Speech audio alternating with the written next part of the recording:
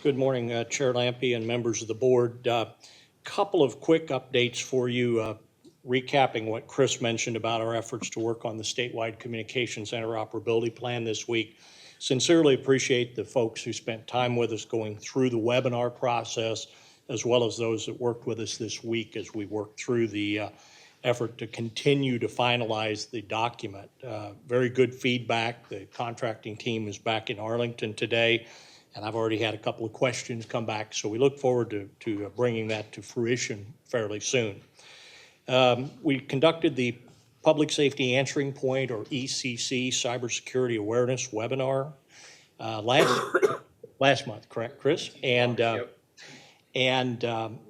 apologize that we had some connectivity issues for some participants. Previous week, we delivered a similar webinar for another state and chose to use our Adobe Connect platform. We had a lot of feedback that we had problems with connecting, so the contractor, being agile, said, well, we'll use Skype instead.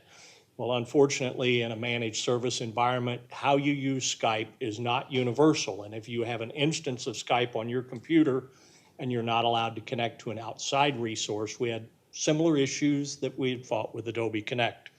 We've since delivered a recorded copy of the webinar to Swick Myers so it can be distributed upon demand. And we have one remaining deliverable, and that is to put together a model cyber incident response plan, basically a straw man checklist that the PSAP can take, that they can build a cyber incident response plan. The key is, who are you going to call first?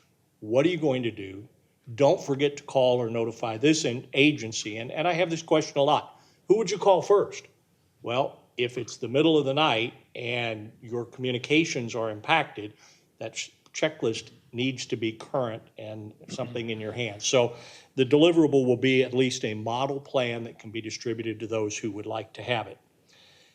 Happy to see that we're getting the COMT, the All Hazards Communications Technician, COML, and a potential incident tactical dispatch course scheduled to close out our FY 2019 TA request for the state. As we mentioned at the SCIP workshop, we will soon be opening the 2020 options.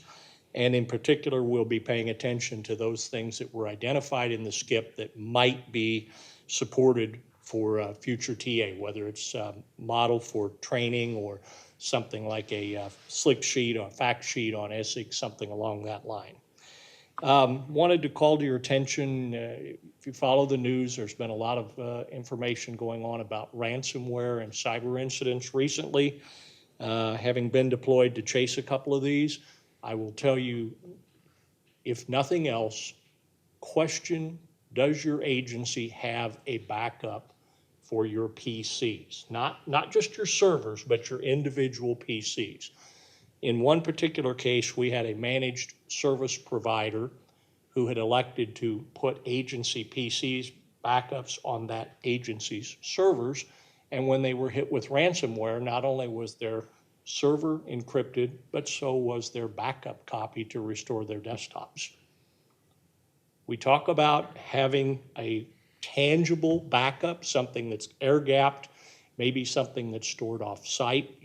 Let's go back to IT 101. Where's your backup? Do you have a backup of your backup? Do you test your backup to see if you can restore your backup? Those kind of things.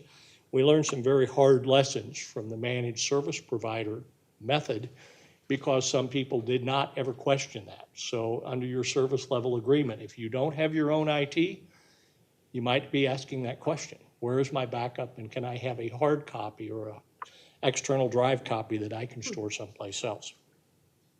Yesterday afternoon, the ICTAP branch had a really good briefing on the FirstNet Uplift tool and network service tool from the FirstNet Authority. They have an in-house SME who is willing to help. We talked a lot about the evolution of the product, a change in the map layers, as well as did a little demonstration using the FirstNet app called FirstNet Assist. We did a temporary elevation of a couple of people and talked about the ability to schedule, how to set up monitoring for network outages and network maintenance. That tool continues to evolve. It's looking much more robust and mature. and looking forward to seeing how that evolves in the near-term future. So good progress being made along those lines. And to speak to your question about the audit, as somebody who set up a subscriber paid account, I've already had my first audit. Email comes to me and to my supervisor that says, are you still an eligible employee? My area is under emergency management. And yes, I am still an employee, so check the box. Fail the audit, service will transition to conventional AT&T consumer, as I understand it. Any questions for me? Thank you.